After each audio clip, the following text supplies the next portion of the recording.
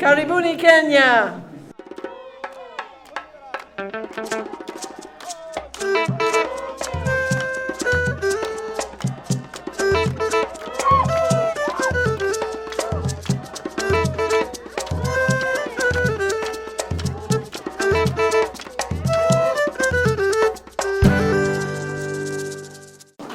Good evening.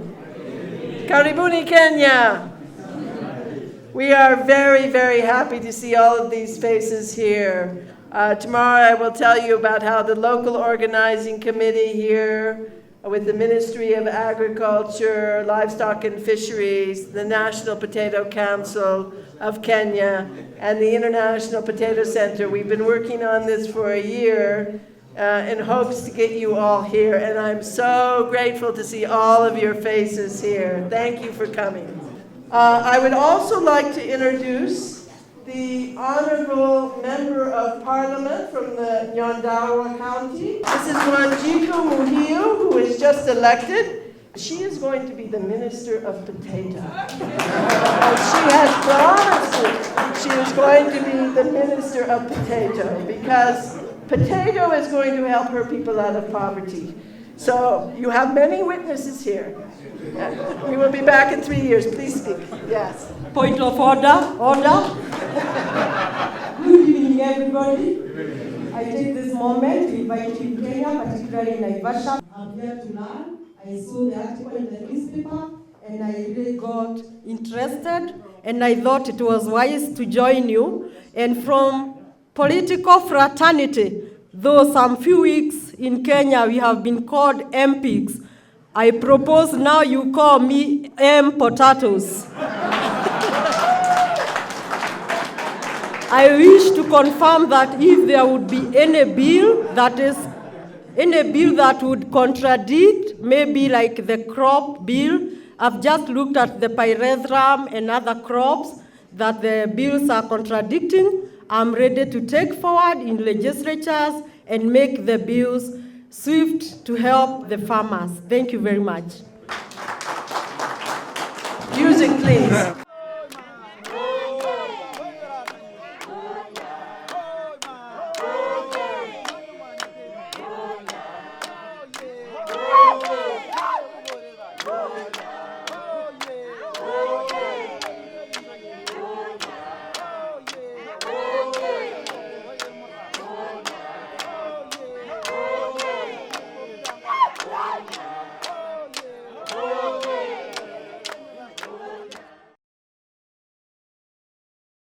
Thank you very much for your attention. Let me take this opportunity to welcome you all to the beginning of this 9th Triennial Conference of the African Potato Association. I understand the turnout is very, very good, and so there are some spill over rooms. My name is Anne Onyango. I will be moderating this session, and I'm the Acting Agriculture Secretary in the Ministry of Agriculture, Livestock and Fisheries. We have to get used to that now. We used to just be the Ministry of Agriculture. I'd like to announce that our two permanent secretaries from the different state departments have arrived, and they will be joining us soon. We can now start our session, and I would like to call Professor John Nderitu, who is the chairman of the National Potato Council of Kenya, to give us his overview on bringing actors together for advocacy for the potato sector. Good morning, participants. Once again, I want to welcome you. I know last night you are welcomed by the Director of Agriculture and also the APA President. I hope you have had a nice day overnight here after the cocktail that went even up to 10. Some of us stayed until 10 o'clock. Mine is to welcome you, as I have said, and recognize the principal secretaries in this country who were appointed last Thursday. I'm sure they are coming soon. The president of APA, the donors present here, the FAO representative, participants from Europe, North America, South America, Asia, and Africa. This is the second APA conference held in this country. The first one was held in 1987, and therefore it's a great pleasure to welcome you in this country once again. On behalf of the National Potato Council of Kenya, which I am the chairman, I wish to welcome you to this conference with the theme, Transforming Potato and Sweet Potato Chain for Food and Nutritional Security. I would like now to take this opportunity to invite Dr. Jan Low, who is the president of the African Potato Association, and she will give us an overview of potato and sweet potato in Africa and APA 2013 participation. She'll give her presentation in the form of slides. Karibuni, Kenya. We're going to have a little Kiswahili lesson to start. We have Papa Viazi and Mama Viazi Vitamu. And that's our how we hoped that you enjoy Kenya and enjoy learning about these two very important crops here in this country. Next, please. I just want to show you the global map of the attendance at the APA this year. Those countries shown in green have over 10 people representing their countries. Those in orange have 3 or more representatives. So 23 African countries, 13 non-African countries are here joining us today. Next, please. In Africa, potato and sweet potato are very complementary to each other. As I say, sweet potato likes it cool and sweet potato likes it warm. You can see in the map on the left that potato production is very concentrated in rainfall areas in the highlands, but we also have in North Africa and other places winter production in the dry season when it is cool with irrigation. Sweet potato can be grown in a much wider range of environments, from 0 altitude to 2,400 meters, and it really is a crop across particularly sub-Saharan Africa. As population densities increase, we are seeing the importance of these two crops increase dramatically. Look at the expansion of area since 1994. The rate of expansion of both potato and sweet potato is outstripping the grain crops. I grant we're starting from a lower base, but the growth and attendance of this meeting is a reflection of the growth and importance of our crops. As population's densities increase, we need crops that give higher energy output per unit time, per unit area. Thank you very much, Madam Chair.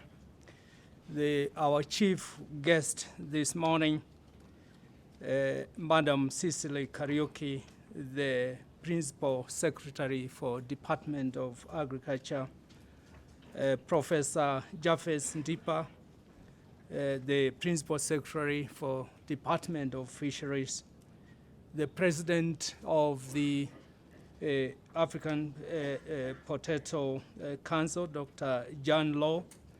There are many other distinguished guests this morning who are with us here. Ladies and gentlemen, good morning to you all. I would like to really take this opportunity to really thank the organizers for giving us an opportunity as Kari to come over there, and even so giving me an opportunity to make the following remarks. Ladies and gentlemen, it gives me great pleasure to be with you during the official opening of the 9th African Potato Association. I join my colleagues in welcoming the participants to this conference. You are all welcome. We in Kenya are delighted to note so far that Kenya is the only country to host the APA conference twice since the inception of the association. The first such a conference was held in Nairobi in 1987. This conference is very important as it provides a platform for knowledge sharing and a discussion forum to provide possible solutions to many of the food-related challenges facing our generation today. And now we come to the highlight of our program this morning. And I will take this opportunity to welcome the Principal Secretary for Agriculture, Madam Cicely Kariuki, to give us also her thoughts and her remarks about this important subject which we are discussing here today. Good morning. But perhaps just to welcome you, in addition to what my colleagues speaking ahead of me did, welcoming you very warmly to this very beautiful country, particularly for those of you visiting our country for the first time. But to also note that this occasion is important in many ways. Highlights have been made as to the importance of this event in as far as contributing to our food security situation goes. This being the 9th conference following 3 years after the 8th conference held in South Africa is indeed one of the most successful, as I'm told, in terms of the numbers and the countries represented here today. I wish to sincerely thank you for finding it fit and sparing your time to join this very important conference. This conference brings together, I'm told, over 280 delegates out of 36 or so countries as well, composed of scientists, stakeholders, as well as government representatives, again, locating the importance of potato and sweet potato in terms of where we are as developing countries, but also the developed countries. Ladies and gentlemen, potato and sweet potato are very important crops in my country. My ministry and stakeholders have therefore put concerted efforts to promote these two crops, and we have therefore seen immense increase in terms of production, but also consumption. I'm told 136,000 hectares are under potato production currently, and last year 2.6 million metric tons valued at over 28 billion shillings was registered. This has increased to over 140,000 hectares last year. The earlier figures I quoted pertain to 2011, where production last year stood at 2.9 million metric tons, worth over 50 billion shillings. Together with our collaborators, the PSDA, GTZ, CIP, and USAID, we have continually trained extension staff. We'll continue with this. Farmers have also been trained. The seed potato multipliers countrywide have also been trained. In the last 3 years, starting 2011, the ministry has also funded agriculture training centers to carry out seed potato multiplication to the tune of 30 million shillings. The ministry has also issued over 1,000 bags of 50 kilogram certified seed to 25 districts in the last 2 seasons. This is meant to promote use of certified seed potato by farmers so as to attain increased potato yields. Yet again, we seem to recognize there are challenges that we need to overcome and has been highlighted, and it is my hope that as we continue to engage in the next couple of days, we should be able to have interventions that we can carry through and move to execution. Now, with these remarks, allow me now to invite my colleague, Professor Ntiba, to also make his remarks. But before I do, I think, Dr. Jan, it feels like you're recruiting members. And I think it's only fair for me to play my role by taking on membership this morning.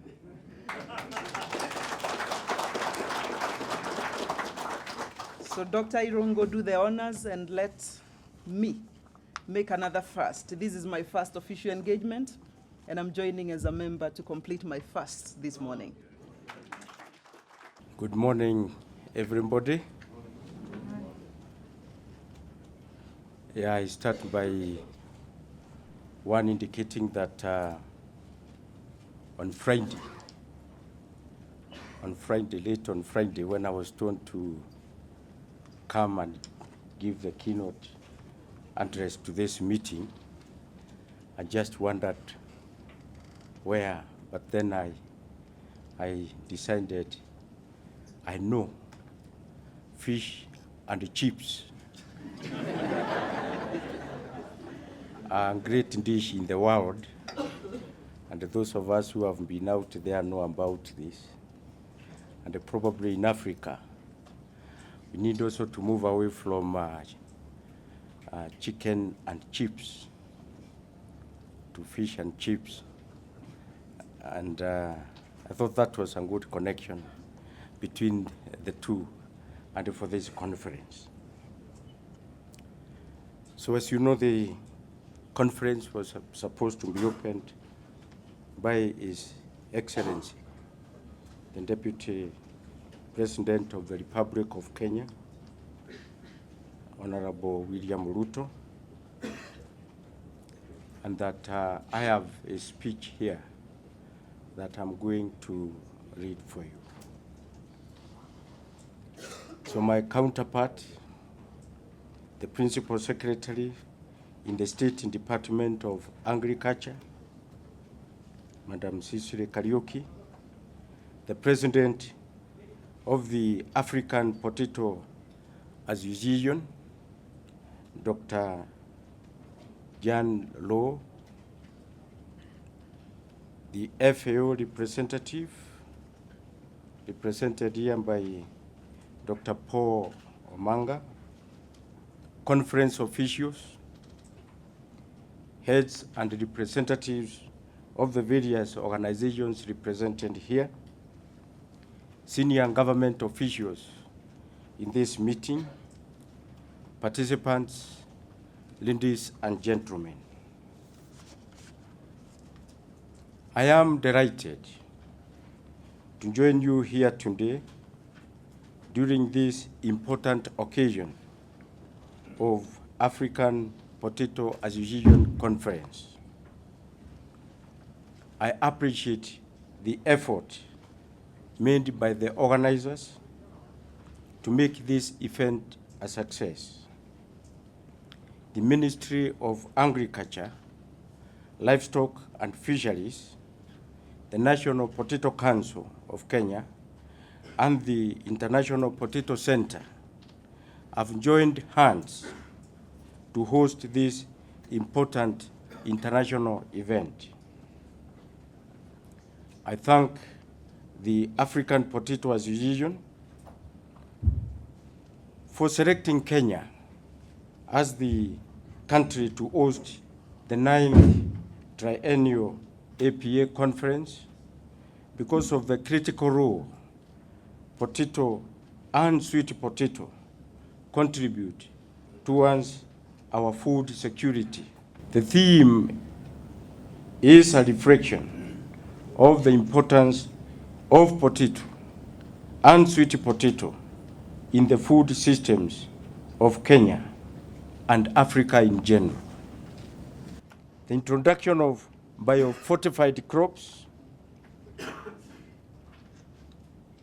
breeds for high beta-carotene content, such as the orange fresh sweet potato, will complement existing nutritional interventions and provide sustainable, low-cost way of reaching people with poor access to formal health care systems. We know that vitamin E deficiency is a serious public health problem that affects children and pregnant women. in sub-Saharan Africa, 43 million children under the age of 5 years are vitamin A deficient. Ladies and gentlemen, enhancing the production and utilization of Irish and sweet potato, as you have been told, is not without challenges.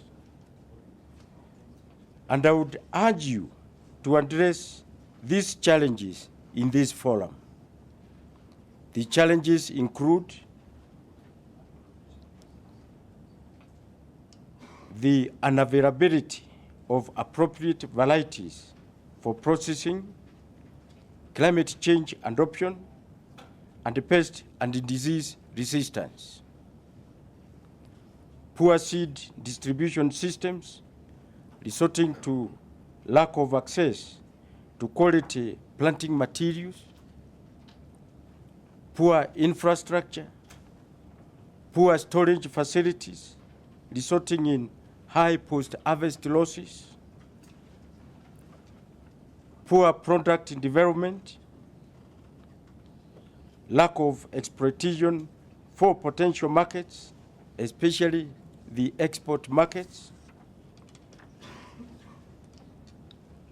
low use of inputs such as fertilizer, certified seeds, and pesticides, and last but not least, the limited private sector involvement along the value chain of the potato. Therefore, ladies and gentlemen, with these few remarks, it is my pleasure to declare the 9th Triennial African Potato Association Conference officially open. Thank you, and God bless you. Then I'd like to invite Dr. Paul Demo from SIP Malawi. He's from Cameroon to deliver the first keynote. Good morning, everyone. Good morning. I have the privilege to talk on strategies to improve seed potato quality and supply in sub-Saharan Africa with experiences from 5 countries. It is a work done by a team of scientists and collaborators in the 5 countries. The outline, the importance of potato in sub-Saharan Africa, the problem, objectives of the intervention, strategies used to tackle the problem, the results and discussion, lessons learned from the activities, conclusions and recommendations. As we have already seen in on this map in the previous presentation, we see that potato is produced almost in all parts of Africa, right from South Africa to the extreme north. But we will be focusing on sub-Saharan Africa, where we see that the production is both in Eastern Africa, in West Africa, and in Southern Africa. And the yield, each dot on the map is representing 1,000 hectares. And also, depending on the color of the dot, you will find that in sub-Saharan Africa, the yield ranges generally between 5 and 10 tons per hectare on average, which is still very low. Potato is very important because it is a food security crop. It is grown for income. It is also grown because it has a very short cycle compared to the main staple, which is maize. And by so being, it can be harvested earlier, and it is used in some country to bridge what is called the hunger months. If I take the case of Malawi, maize stock is depleted around November, which is the planting time of maize. Because potato is grown 3 times per year, 2 to 3 times, it can be used during that hunger period. In this sense, it fits well in the food security agenda. We also note that where potato is grown, most of the time where it is cool, the cereal crop cycle is longer, and potato can be harvested even after 2 months. You can get sometime up to 8 tons per hectare when maize is still flowering. In that sense, when there is no food, they start harvesting potato. In the case of Malawi again, around February and March, when the rainy season starts in December. Ethiopia has the same scenario where potato fits well to reach the hunger month. It is nutritious, even though we saw in one presentation, we mentioned the word junk food. I believe that we are the one who make potato junk food. Potato itself is nutritious. It is the way we prepare it. We have one of our activities to tackle that issue. How do we get the most out of potato in terms of nutrition? I know many food companies are already adjusting the way they process potato to address this issue. We also use the initiative to assist other countries, which is the first time we are really sending mini tubers from one African country, from a national program and the private sector in the initiative to support other programs like Angola, Burundi, Ethiopia, Malawi, Mozambique, and Tanzania. The quality declared seed standard. A booklet was produced by FAO that work in collaboration with International Potato Center and other experts. This concept of quality declared seed is being introduced mainly because we have noted that it will be very difficult for the formal seed system, certified seed system, to meet a reasonable proportion of planting material required in each of the countries. For the moment, it is only Kenya that is really having a certification that is working, but producing just about 2% of what is planted. So we see the introduction of quality declared seed approach as one of the ways to recognize what other people, other farmers who multiply seed that is not formally certified, but that conform to the standard of the quality declared seed approach recognize. If we recognize this and make it a policy, it will go a long way to increase the quality of good planting material.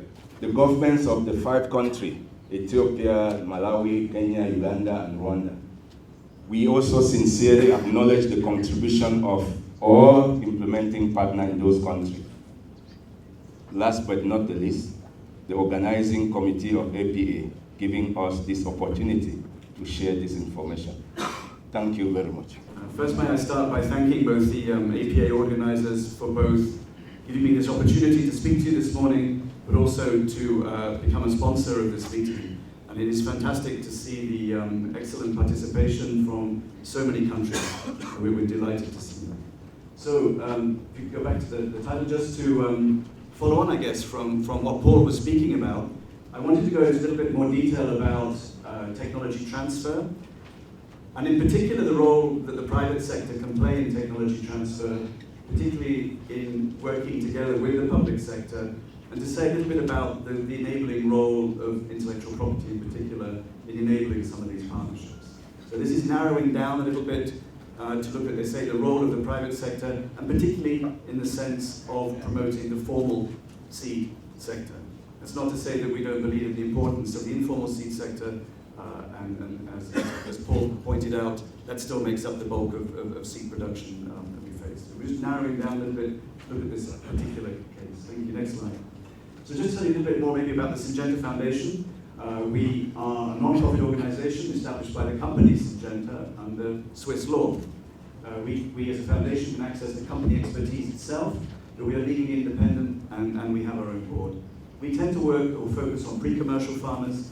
Syngenta, the company, tends to work with commercial growers, but we are free to choose the most suitable products and methods for our projects. And Syngenta is just one of the many potential partners that we work with.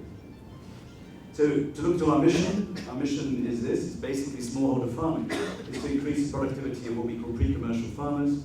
Obviously, we're interested in enabling sustainable resource management, and we're very much interested in linking farmers to input and output markets. Next slide. We're a global organization here in the region. We have offices in Bamako and Nairobi.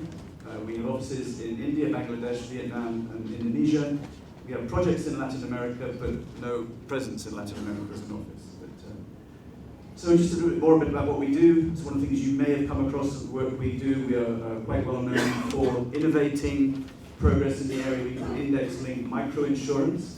So this is linking smallholder farmers through automated weather stations and telecommunications to basically ensure their inputs, if they're purchasing inputs, seed or fertilizer, against risks, for example, drought.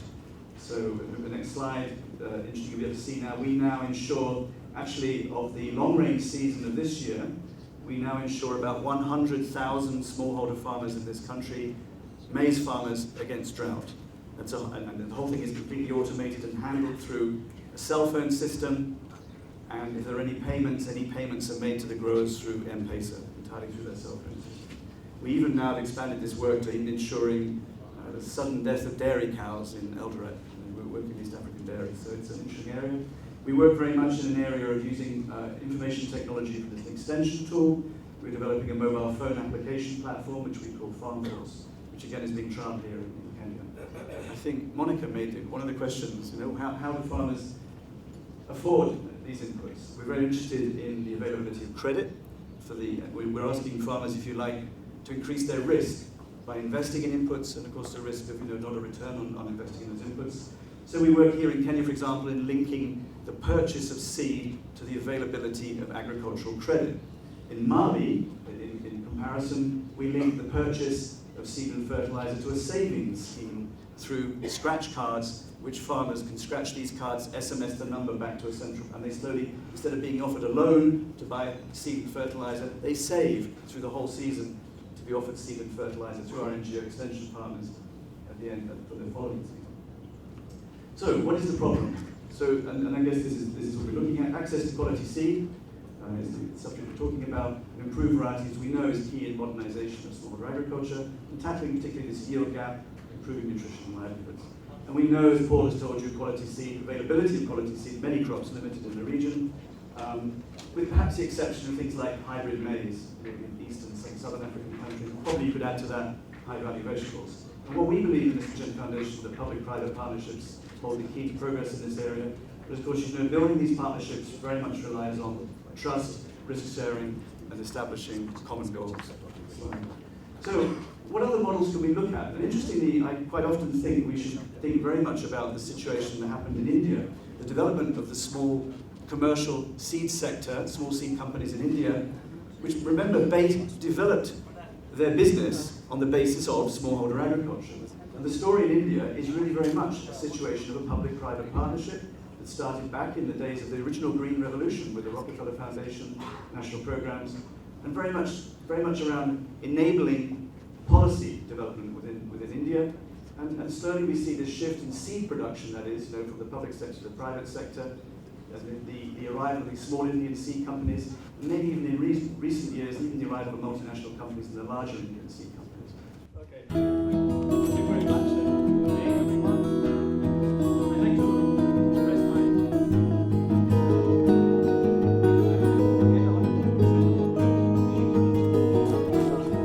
Thank you very much. Good afternoon. Good morning, everybody.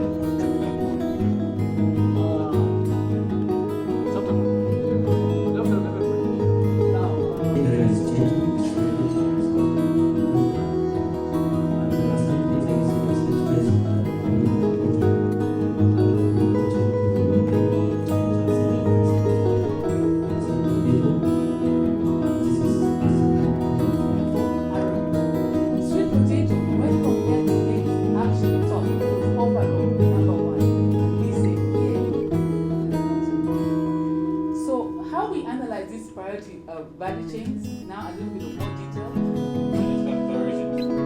So the variation may be, we may get genetic variation or genetic variation. Genetic is permanent, genetic is permanent. What is critical in this project, and obviously it's an art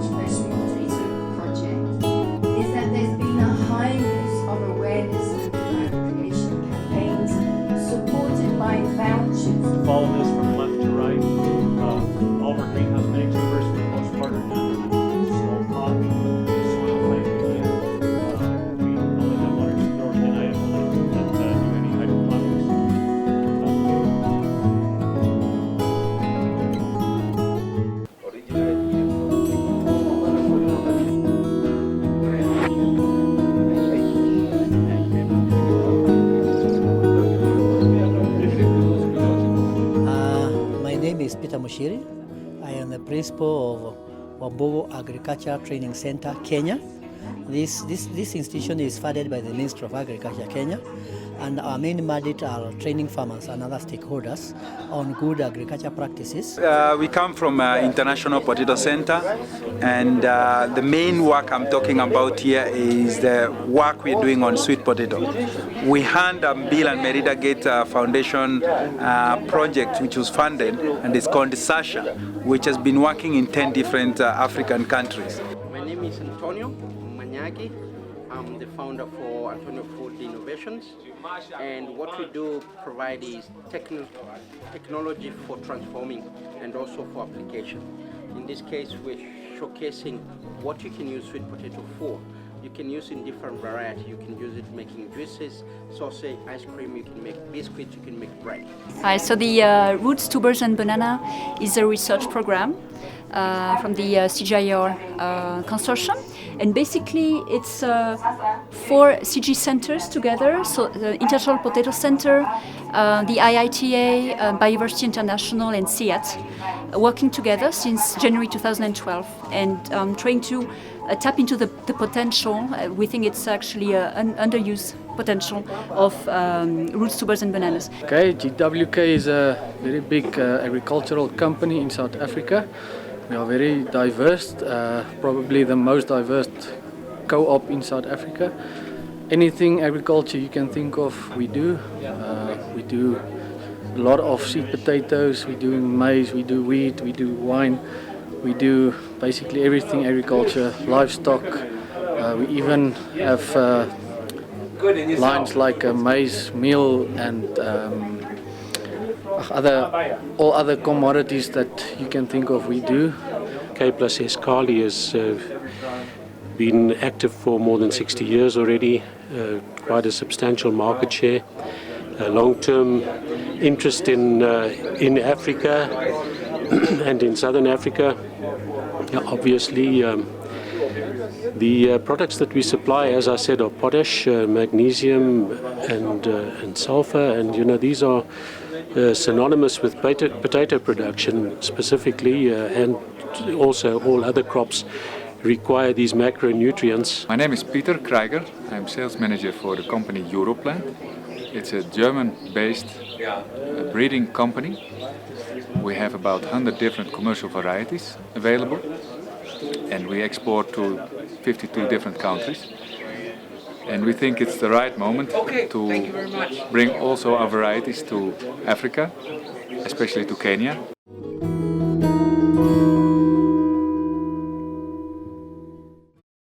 International centres that work on international agricultural research and development. That includes CIP, the International Potato Centre. Like CIP, there are 14 other international centres that are working on different aspects of agricultural research. The donors are stepping up with more investment into agriculture. Agriculture is back on the agenda after a long time. I think we've seen that. There's been a kind of a slump of investment into research.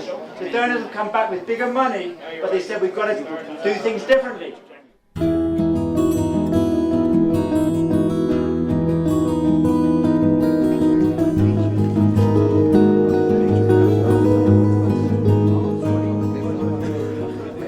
And another study has been done more recently in Tanzania, where there's a recent seed potato development program going on, coordinated by SIP and funded by the Finnish government. This project aims now in the first phase to start seed potato production and the certification system. And this project takes place in the southwestern part of the country in the Beja region. And there, in that region, the local research station Ujole is the responsible actor. And in this region, a small survey of potato viruses was done recently. Here we see an advisor at the right hand explaining to the farmers about potato diseases, and the young lady behind her to the right is Evangelista Chiunga, the person who did the virus survey there in that region 2011. Okay, so if one has healthy planting material, then it's also important to manage the crop in a way that one can have the benefit of that as long as possible.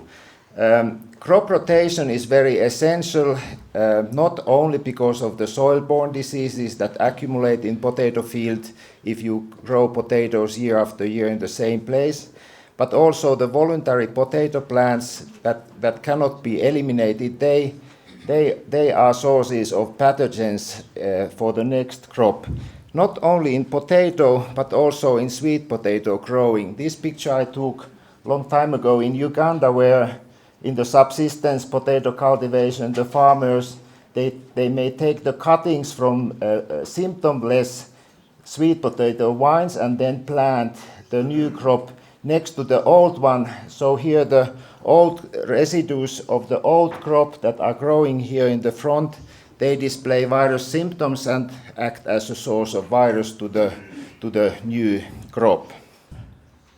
Okay, so finally, as conclusions, as we know from this conference, there is a lot of progress now putting these healthy planting material production schemes to place. There's also work in progress to get more virus-resistant cultivars to the use. And then as the last point, there's a new really very handy and generic method to detect viruses, and that allows us now to really build a comprehensive picture about the viruses in the crops and in the wild vegetation, and taking that to consideration, we can think that these virus management schemes will be realistic and very effective in the future. Thank you. Help me welcome Dr. Robert Wanga to share with us 20 years of advances in sweet potato. Shall we welcome him with a round of applause? Sweet potato grows in 117 countries worldwide. So it's not a cheap crop.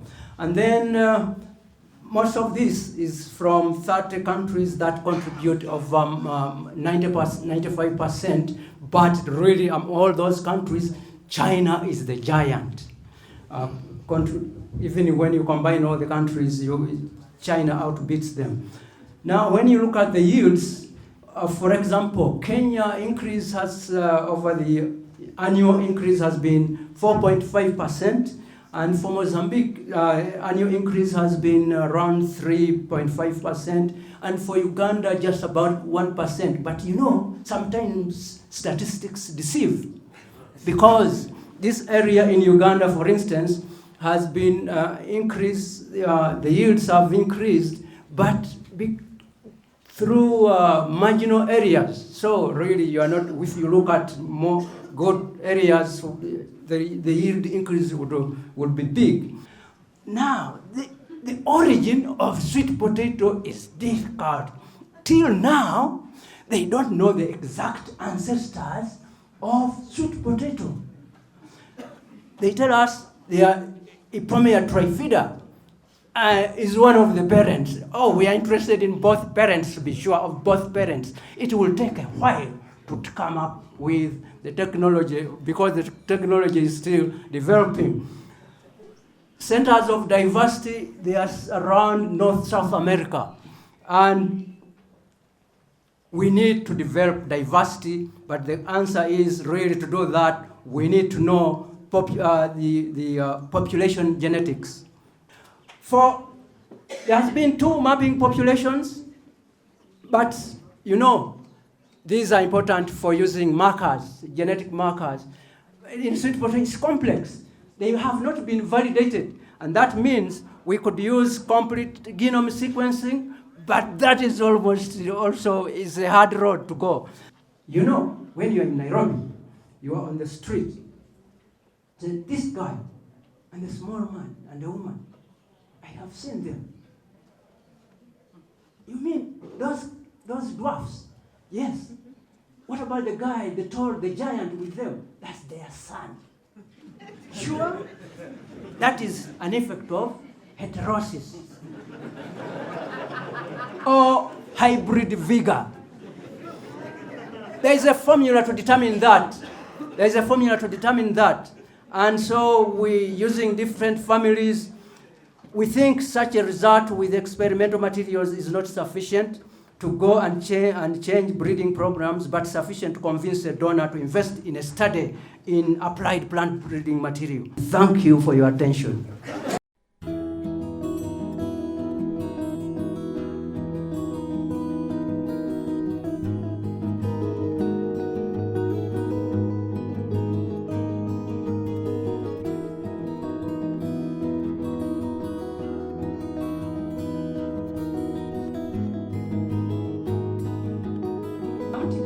And the seed is distributed to the farmers. That's the second.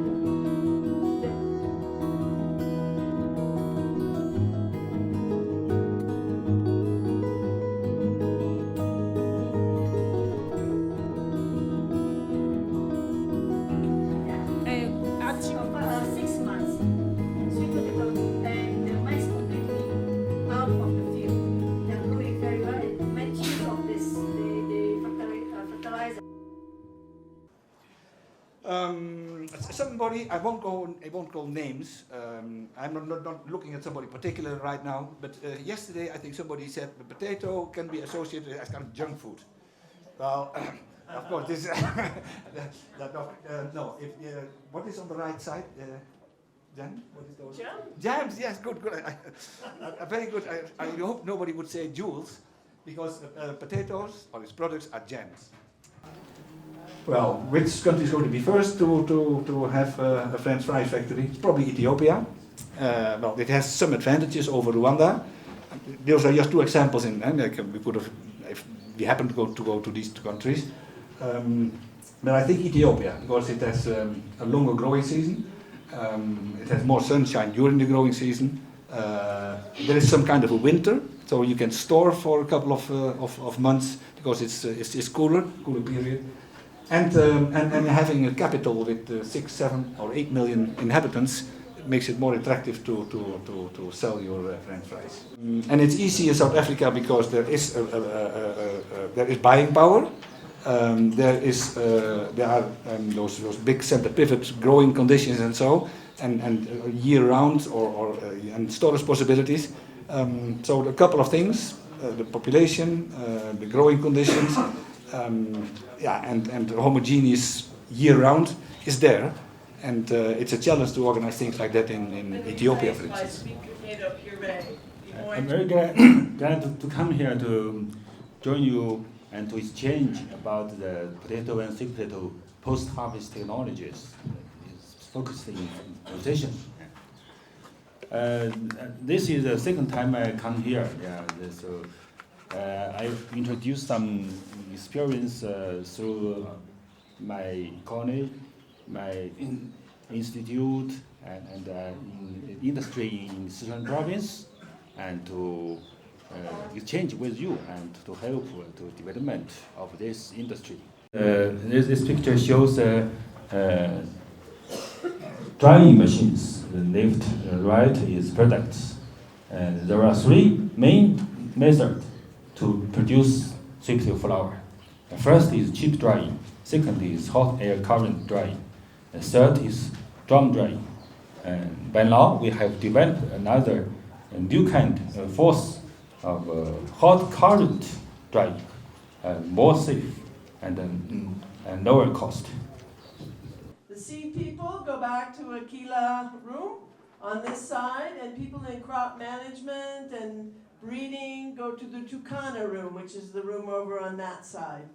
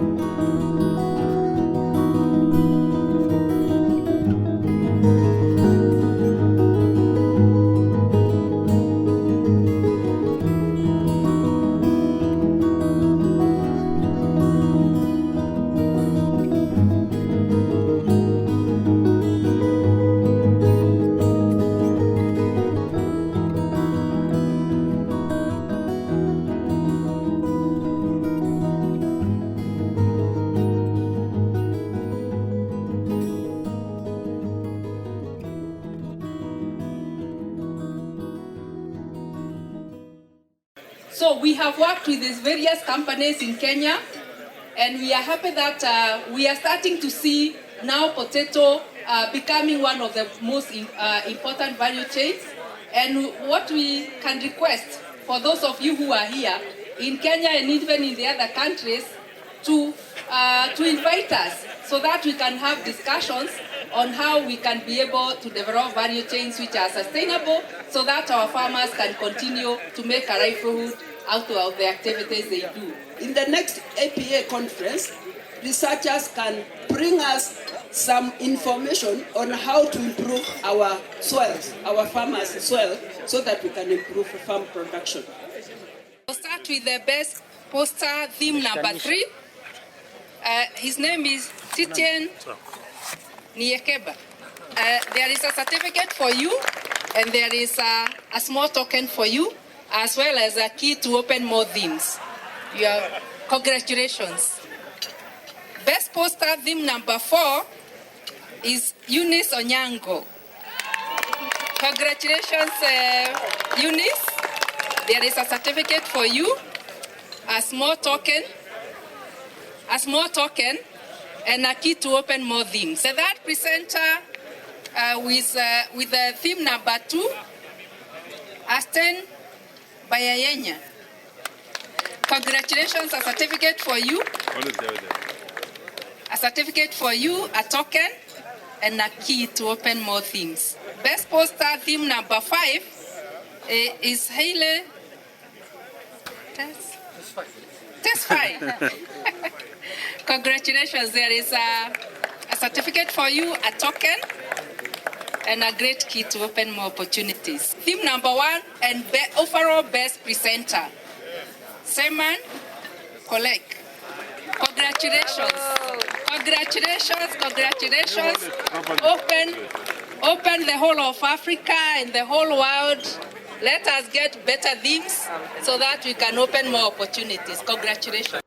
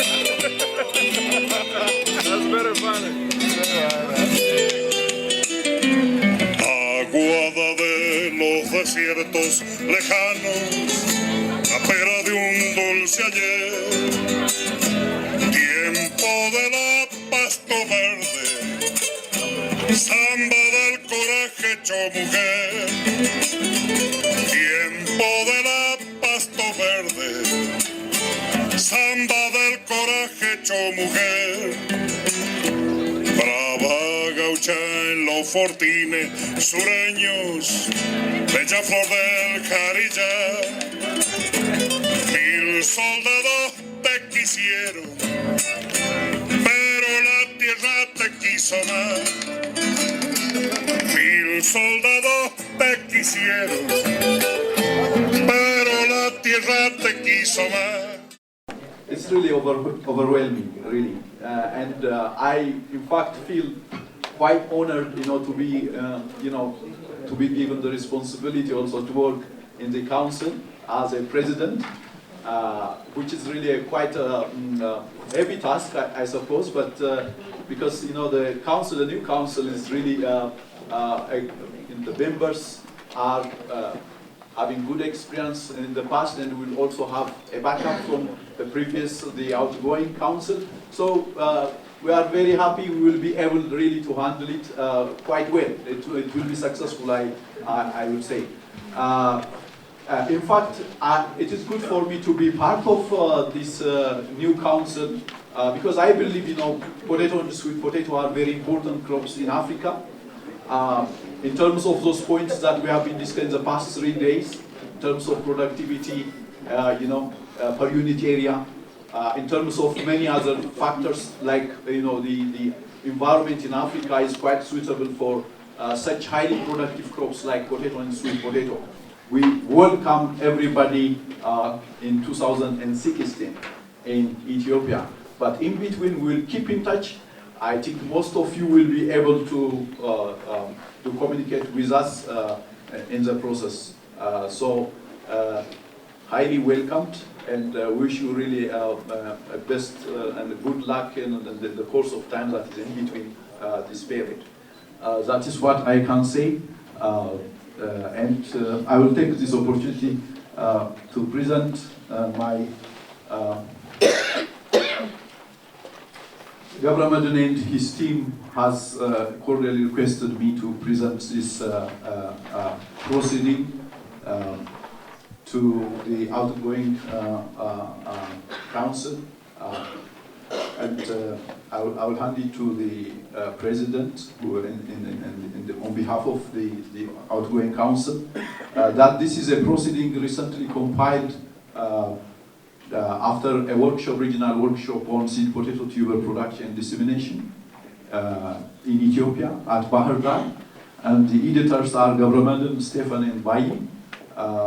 So they are presenting with best compliments to the outgoing council. Dr. So you can see Ethiopia is prepared. I'm Jan Lowe. I'm with the International Potato Center, and I lead their sweet potato program for sub-Saharan Africa. For the last 3 years, I've been serving as president of the African Potato Association, which represents potato and sweet potato scientists and practitioners throughout Africa, including North Africa. And we've just completed our 9th Triennial meeting, and we've had over 280 participants at this meeting from 23 African countries and 13 non-African countries. Because one of our goals is to get people to learn from each other from different parts of the world, but also from within Africa. And I think we've successfully achieved that here this time at this beautiful location in the Great Rift Valley. And now people are going to go on field trips and visit either potato in the Mount Kenya area or in Molo, or they're going to go see sweet potato activities in Bungoma or in Kabondo. So I think they're going to leave with a very good impression of Kenya and Kenyan hospitality, and also be impressed by the level of potato and sweet potato production in Kenya.